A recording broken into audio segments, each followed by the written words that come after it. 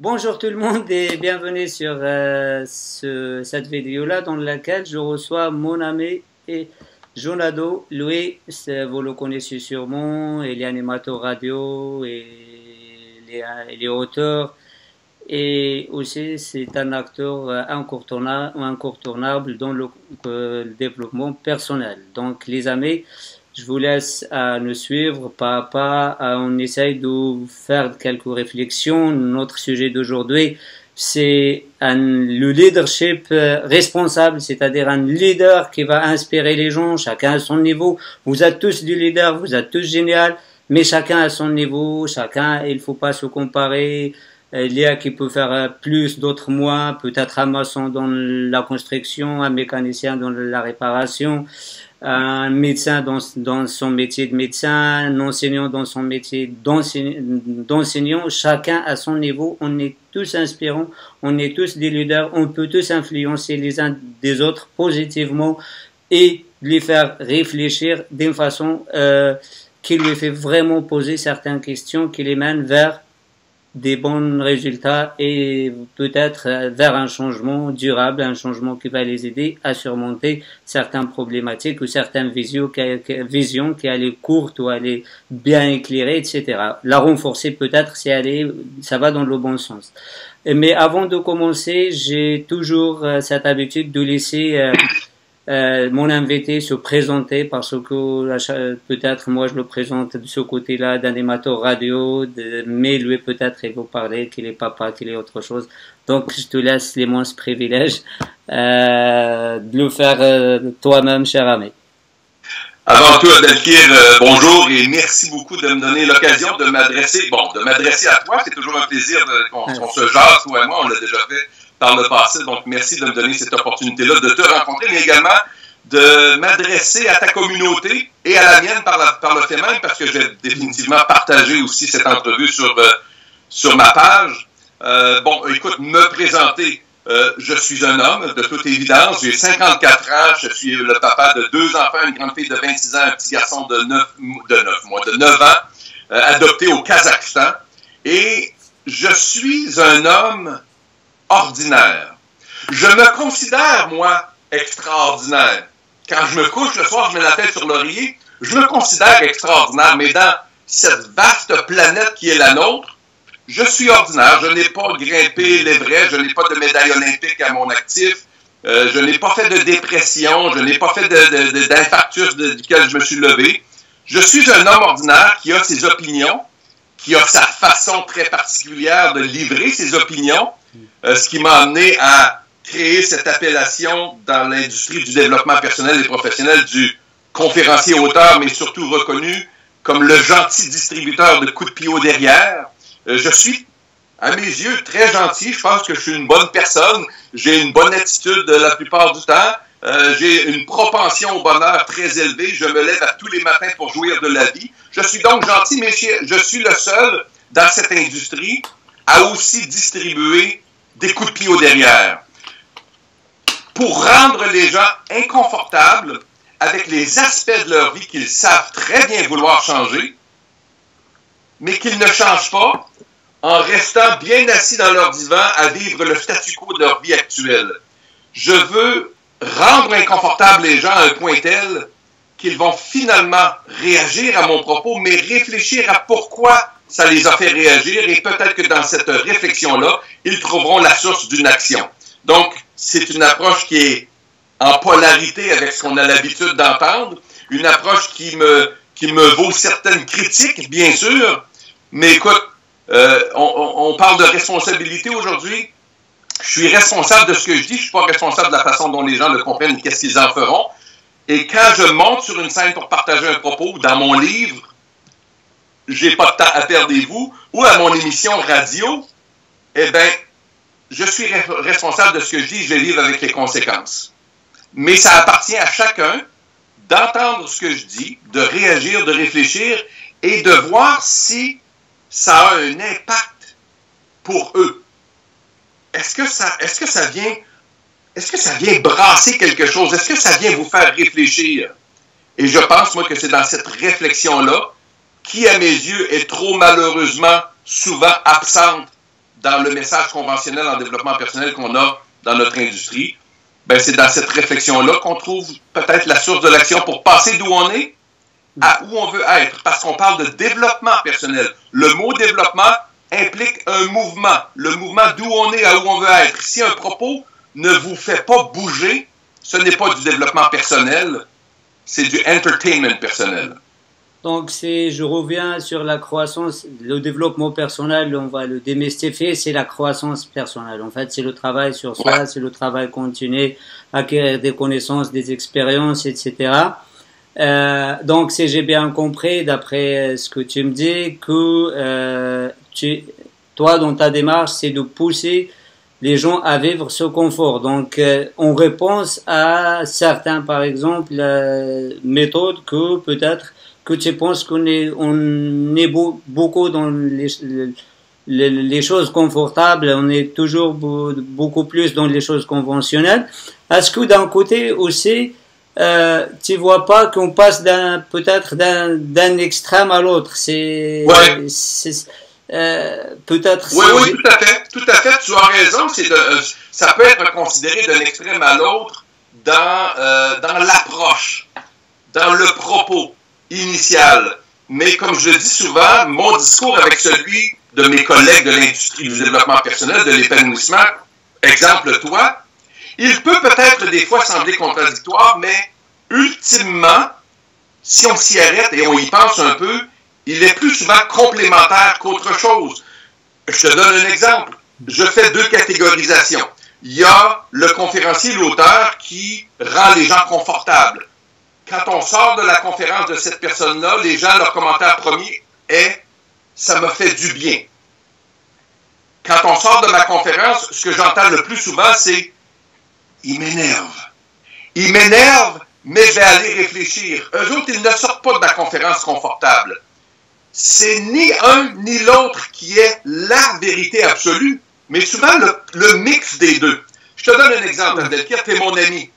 Je t'aime, t'es mon ami. Là, t'es un peu loin quand t'es à la frontière de la France et de l'Allemagne, mais supposons qu'on était tous les deux au Québec. Tu m'appelles et tu me dis, Jean, ça ne va pas du tout. T'es mon ami, je t'aime, je vais aller voir, puis je vais te prendre dans mes bras, puis on va jaser une partie de la nuit ensemble. Le lendemain aussi, le surlendemain aussi. Ça, c'est l'approche du confort, de la petite tape dans le dos. Mais rendu 3-4 jours plus tard, Abdelkir, je vais te prendre par les épaules et je vais te dire, cette situation-là de braillage se termine maintenant et on recommence. Et je vais être avec toi, avec le même amour que les 3 derniers jours, sauf que là, je vais te prendre par les épaules, je vais te dire, mon ami, je crois en toi, je sais ce que tu peux être, je vais te brasser un petit peu, ça se peut que je te fous quelques coups de pied au derrière pour que tu reprennes, mais je vais être là quand même pour toi parce que je t'aime, t'es mon ami. Le mix des deux, et non pas seulement les coups de pied au derrière, et non pas seulement des petites tapes dans le dos, le mix des deux est souvent ce que les gens devraient retenir le plus. Qui va les faire passer d'où ils sont à où ils veulent être. C'est ça que la réflexion dans laquelle je veux revenir. Est-ce qu'on ne peut pas inviter quelqu'un à réfléchir même dans le confort? Est-ce qu'on ne peut pas...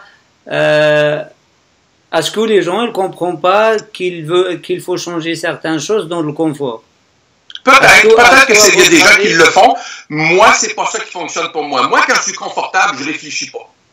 Quand je suis assis dans le fond de mon divan, je me laisse aller à ce que je vis actuellement, qui est un statu quo. Je me pose pas plus de questions que ça. Par contre, quand j'ai la face dans la boue et qu'il y a un petit peu d'eau boueuse qui rentre dans mon nez, c'est sûr que je vais réfléchir. C'est sûr que je vais réagir, je vais réfléchir puis que je vais poser une action. Donc, pour moi, c'est ça qui a fonctionné. J'enseigne ou je partage aux gens ce qui a fonctionné pour moi. Et il ne faut jamais oublier que dans notre industrie, dans notre domaine, quand on monte sur une scène où on écrit un livre, où on a une émission de radio, on va toujours enseigner ce qu'on est encore en train d'apprendre. Je parle beaucoup du sens des responsabilités. Est-ce que j'ai toujours été responsable? Non. Est-ce que je suis aujourd'hui toujours responsable? Non. On enseigne souvent quand on monte sur une scène, quand on est dans ce métier-là, ce qu'on est encore en train d'apprendre. Je suis tout à fait d'accord sur certains points, pas sur d'autres. Mon approche, elle est complètement différente. Je respecte la tienne et tout à fait normal que tu aies une vision différente de la mienne, mais ce que je pense, moi, dans la responsabilité, ce que je pense dans le leadership humain, dans le leadership responsable, c'est aussi d'être responsable dans la façon dans laquelle on dit les choses, d'être responsable aussi dans certains propos, dans certaines façons, d'amener la personne à réfléchir sur certaines choses, sachant que tout à fait raison, il y a des gens qui préfèrent réagir dans la souffrance, d'autres dans le bonheur, etc.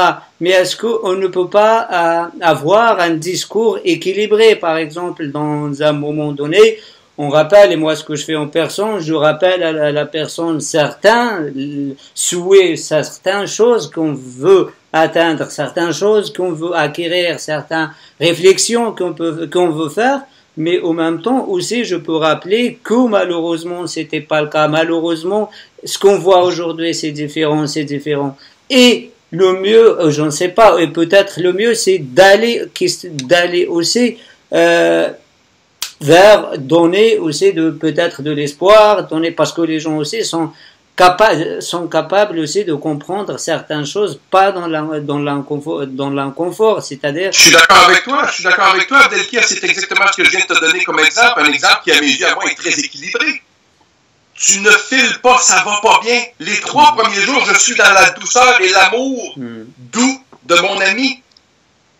À un moment donné, je me dis tout simplement que ce n'est pas en restant avec toi, toujours dans la douceur et toujours dans la lamentation de ce qui vient de t'arriver, que je pense être le plus utile pour toi. À un moment donné, avec le même amour, démontré autrement, je vais te prendre par les épaules, puis je vais être un petit peu plus dur avec toi. Ça va passer peut-être du soft love au tough love, mais c'est par amour quand même pour toi.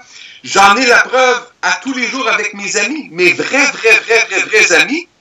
Je suis capable de les prendre dans mes bras parce que je les aime, hommes ou femmes, et je suis capable de les brasser aussi. Et je m'attends à ça de eux aussi. Je m'attends à ce qu'un vrai ami pour moi me dise « Jean, je t'aime pour telle raison aujourd'hui. » Et le lendemain, « Jean, je t'aime, mais Dieu, que ce que tu viens de dire là est stupide. Ton geste est stupide. » Il ne m'aime pas moins, il fait juste juger mon geste. Donc oui, il y a un mélange, c'est ça que je te dis. Il y a un équilibre entre la douceur et le tough love.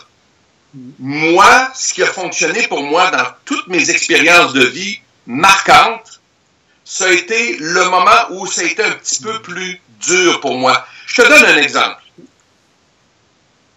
Imagine quelqu'un qui a 78 ans aujourd'hui, qui fume 2 paquets de cigarettes par jour. Et cette personne m'arrive la semaine prochaine en pleurs, me disant « Jean, je vais mourir. Je viens d'avoir un verdict du médecin, j'ai le cancer du poumon. » Cette personne-là, je l'aime. Je vais être triste. Je vais perdre la présence physique de cette personne-là. Mais je vais être aussi en rogne, je vais être aussi fâché après lui, parce que je lui dirai peut-être pas, mais je vais me dire, n'avait-il pas compris que sur le paquet de cigarettes, c'est écrit, si vous consommez ceci, vous allez mourir. Ça fait 20 fois, 1000 fois que je le dis, et là, tu viens pleurer sur mon épaule parce qu'enfin, tu as compris, parce que tu es arrivé la face dans le mur. Moi, je veux prendre ce mur-là, Abdelkir, et le ramener vers les gens avant qu'ils se retrouvent vraiment dans le mur. J'aime mieux que quelqu'un ait mal de mon propos très sévère à 53 ans et que peut-être que ce propos-là va enfin, une fois pour toutes, le faire réfléchir, dans mon exemple, à arrêter de fumer, que de le laisser fumer pendant encore 20 ans et qu'il m'arrive et qu'il me dit « j'ai le cancer du poumon ». Je veux amener le mur proche des gens. Est-ce que c'est plaisant? Est-ce que c'est le fun? Est-ce que c'est doux et chaleureux? Peut-être pas. Mais si ça a amené la personne à réfléchir et à peut-être changer une action qui va lui donner une meilleure vie, j'aurais fait mon travail. Si j'ai une petite réserve, moi aussi je fais des réflexions, je ramène les gens, moi, ma manière c'est de dire aux gens de s'attarder. Tu es dans une situation, la première des choses, avoir le courage pour faire l'évaluation de votre situation. Ça te plaît ou ça te plaît pas. Là, une fois qu'on a compris qu'on est à l'aise ou pas à l'aise dans une situation, j'invite la personne à changer la situation, de ne pas s'attarder sur ce qui est bien, ce qui est mauvais, parce que ça dépend du jugement de la personne. Si on est de nature négative, on s'attarde beaucoup plus sur les choses négatives. Si on est de nature positive, on s'oublie dans le positivisme et il y a des choses qui vont nous faire mal aussi au même temps. Je dis, il faut pas s'attarder sur le bon et le mauvais dans ces situations. Si tu n'es pas à l'aise, change, pose la question, qu'est-ce que tu peux faire de bénéfique de cette situation? Qu'est-ce que tu peux faire de bénéfique à partir de cette émotion, à partir de cet état émotionnel dans lequel tu es bien ou tu n'es pas bien, qu'est-ce que tu vas faire? Si tu te sens bien, qu'est-ce que tu fais pour le conserver? Si tu te sens pas bien, qu'est-ce que tu peux faire pour le changer, pour passer à autre chose, pour éviter le jugement de valeur, pour éviter des choses comme ça, pour aller au-delà de la vision, au-delà de ce que tu vois, au-delà des choses, parce que, comme tu sais, Jonado, comme tu vois, la plupart des visions qu'on a de la vie, la plupart des conceptions sont déformées à cause de certains souvenirs, à cause de nos filtres émotionnels, à cause de notre vécu, etc., et de notre façon de faire les choses. Donc, je pense que le plus simple pour nous tous dans cette industrie de développement personnel, de faire réfléchir les gens, de les questionner, etc., aussi de lui rappeler que ce sens de responsabilité, ce sens on peut aussi comprendre des choses dans le calme, peut-être dans le bonheur, peut-être dans l'accord ou dans le désaccord avec l'autre. En bout de ligne, Abdelkir, en bout de ligne, à la fin de la journée, at the end of the day, la réponse à savoir est-ce que c'est la méthode Abdelkir, est-ce que c'est la méthode Jean Nadeau, est-ce que c'est la méthode Martin Latulippe, François Lemay, J.P. Bonnet, est-ce que c'est la méthode qui me convient? Je pense que les gens doivent se poser une question ultimement responsable et lucide et pragmatique, à savoir, est-ce que ça fonctionne pour moi? Est-ce que ça me donne des résultats? Si je suis Jean Nadeau régulièrement dans son Facebook, si je lis son livre, si j'écoute son émission radio, si je vais à toutes ses conférences et que je stagne, je suis dans un carrousel ici en bas, à tourner en rond, Jean Nadeau n'est pas le bon messager pour moi. Tout ce qu'il fait, c'est de me faire, d'être frustré de par son propos. Si c'est de suivre Abdelkir puis ça me fait tourner en rond, la méthode Abdelkir n'est pas la bonne pour moi. Posez-vous la question, les gens. Si ça fait 3 ans, 5 ans, 10 ans que vous êtes dans la même approche, que vous suivez la même approche, le même conférencier, le même auteur, et que vous êtes toujours à tourner en rond ici, Baptins, faites autre chose. Si vous me suivez depuis 3 ans et que vous êtes encore ici en bas, cessez de me suivre. Je ne suis pas la bonne personne pour vous. Allez, essayez de voir Abdelkir, allez voir Martin, allez voir François Lemay, peu importe. Est-ce que ça donne des résultats, les amis? Je n'ai pas la vérité absolue. Abdelkir ne l'a pas, les autres conférenciers n'ont pas. La vérité, elle est en vous. C'est à vous de vous créer c'est votre responsabilité de vous créer votre propre vérité, mais soyez lucide et honnête avec vous-même. Oui. La vérité d'abord, c'est un fragment en fait. Jalaluddin Rumi, le poète, il a dit quelque chose de très très poésé dans la vérité, de très très touchante. Il dit en fait, je me souviens pas de la poésie exacte, mais dans ce sens, il dit la vérité, c'est un miroir qui est tombé de la main des dieux et s'est brisé. Et chacun a ramassé un fragment de ce miroir.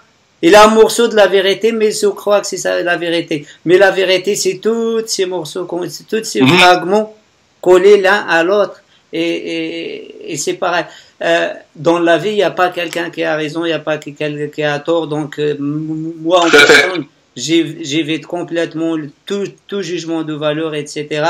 Mais tout ce que j'essaie, c'est d'essayer d'attirer les gens et de pousser les gens vers le haut, de les questionner, de lui faire rêver aussi, de lui donner l'espoir, etc.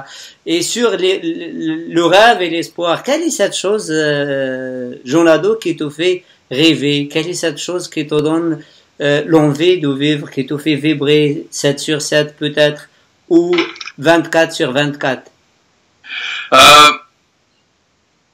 Je te dirais qu'à la base, je pense que la chose qui me fait le plus vibrer, et ceux qui me connaissent très bien vont reconnaître ça en moi, celles et ceux qui ne me connaissent pas très bien et qui s'arrêtent à la réaction que je crée par mon propos, vont être surpris. La chose qui me fait vibrer le plus, c'est l'amour.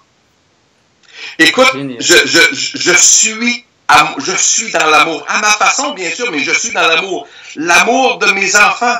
Voir mon fils, ma fille rire, voir ma blonde, mon amoureuse rire, être dans l'amour. Je suis allé au cinéma la semaine dernière, j'étais dans une très très longue file d'attente et je me suis mis à regarder tous les gens, tous, beaux, belles, pas belles, grands, petits, gros, maigres, peu importe. Et je me suis surpris, pas tant surpris que ça, mais je me suis surpris à tous les regarder un à un, et à me dire, quelle merveilleuse personne.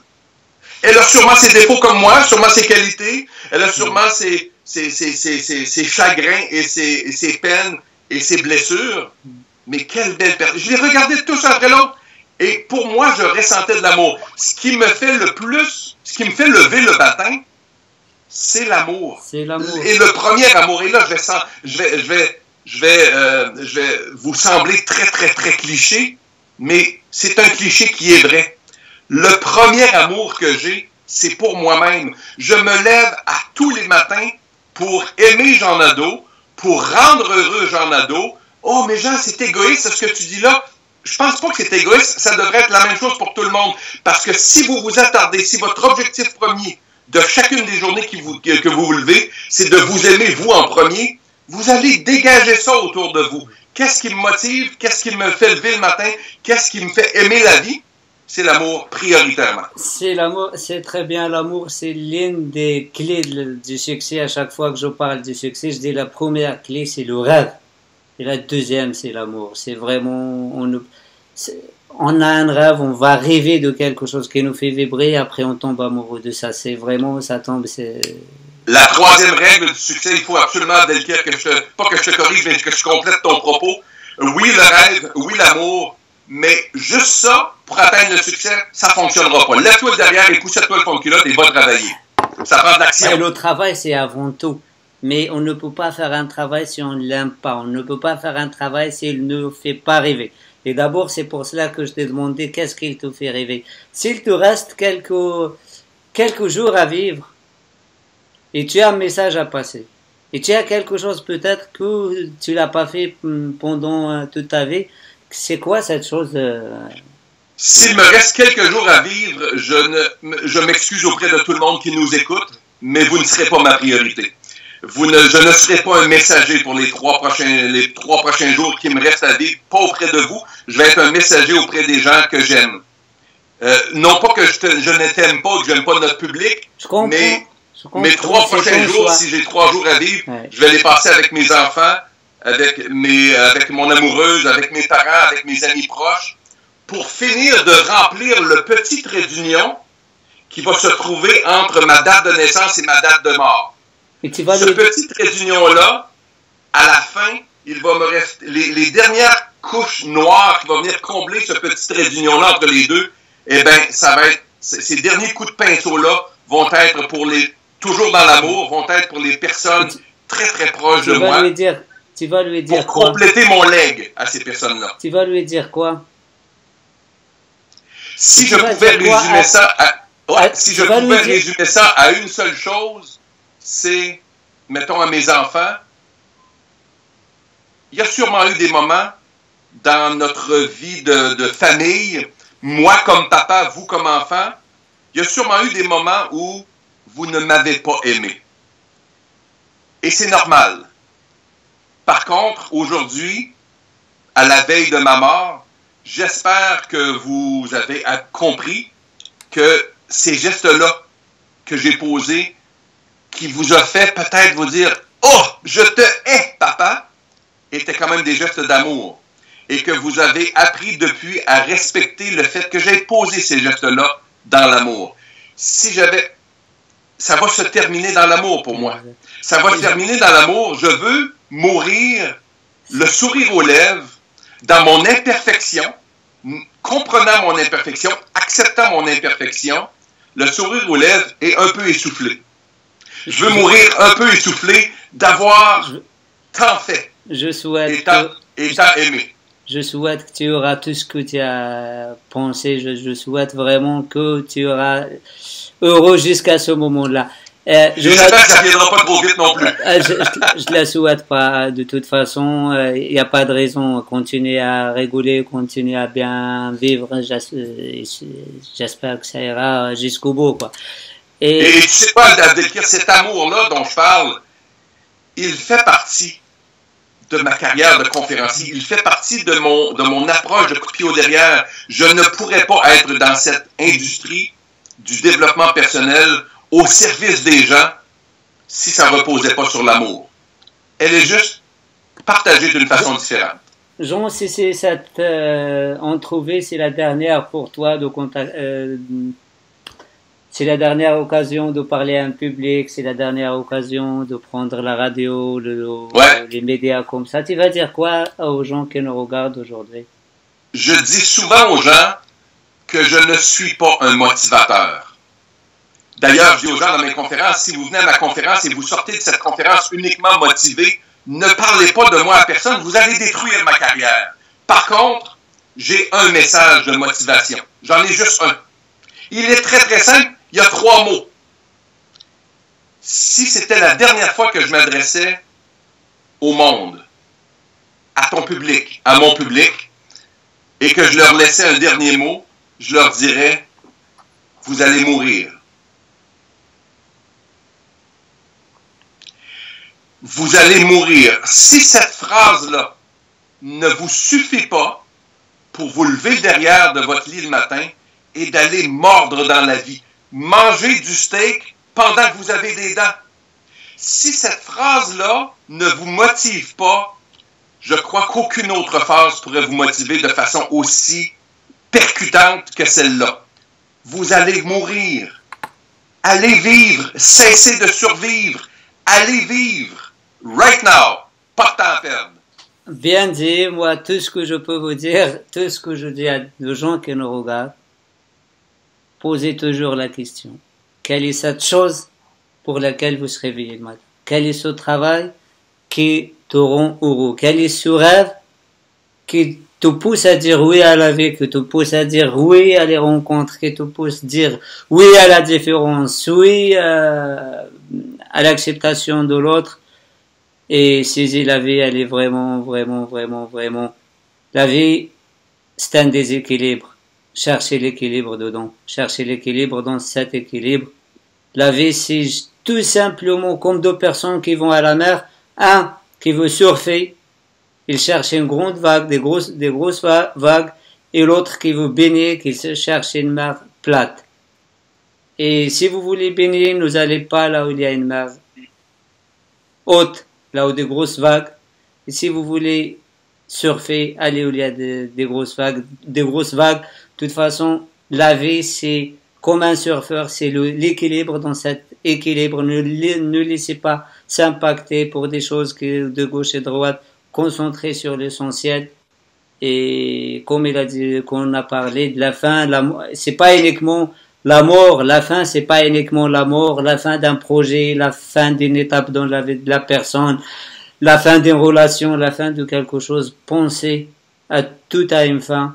Et cette fin, elle devient pas en elle-même quelque chose qui vous fait peur ou quelque chose qui va vous freiner, mais quelque chose qui vous fait réfléchir, quelque chose qui vous fait pousser vers vraiment embrasser la vie, oui à la vie, oui au rêve, oui à la différence, oui à l'autre, et beaucoup d'amour pour nous tous et pour vous les amis. Et cessez les amis, cessez de croire, et là je vais utiliser un gros mot, mais ça fait partie de mon vocabulaire. En conclusion, parce que je vois que mon appareil me dit que la batterie est faible, en conclusion de mon propos à moi, et c'est un grand message de responsabilité, les amis, cessez de croire que vous pouvez bullshiter votre accès au bonheur et au succès. c'est votre responsabilité d'y croire, d'y penser et de passer à l'action.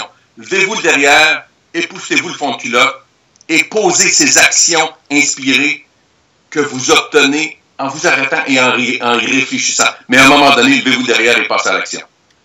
Merci Jonado pour ce moment, pour ce moment qu'on a passé ensemble. Vraiment, je te remercie. Et les amis, vous êtes d'accord, peut-être pas d'accord, n'hésitez pas de nous faire comprendre tout cela avec vos commentaires, vos suggestions, vos critiques, pourquoi pas. Ça nous fait réfléchir, ça nous fait grandir et avancer. C'est grâce à vous, c'est grâce à vos réactions et vos interactions qu'on est là aujourd'hui, sinon on ne sera pas là. Abdelkir, merci beaucoup. C'était très gentil de me donner cette occasion. Et je te dis en terminant, Abdelkir, je t'aime. C'est réciproque, Jonathan. Je t'aime et j'aime tes lecteurs, j'aime des gens qui nous regardent, j'aime tout le monde. C'est la chose qui me fait vibrer, moi, peut-être, je l'ai dit souvent, c'est de voir le sourire sur le visage de l'autre.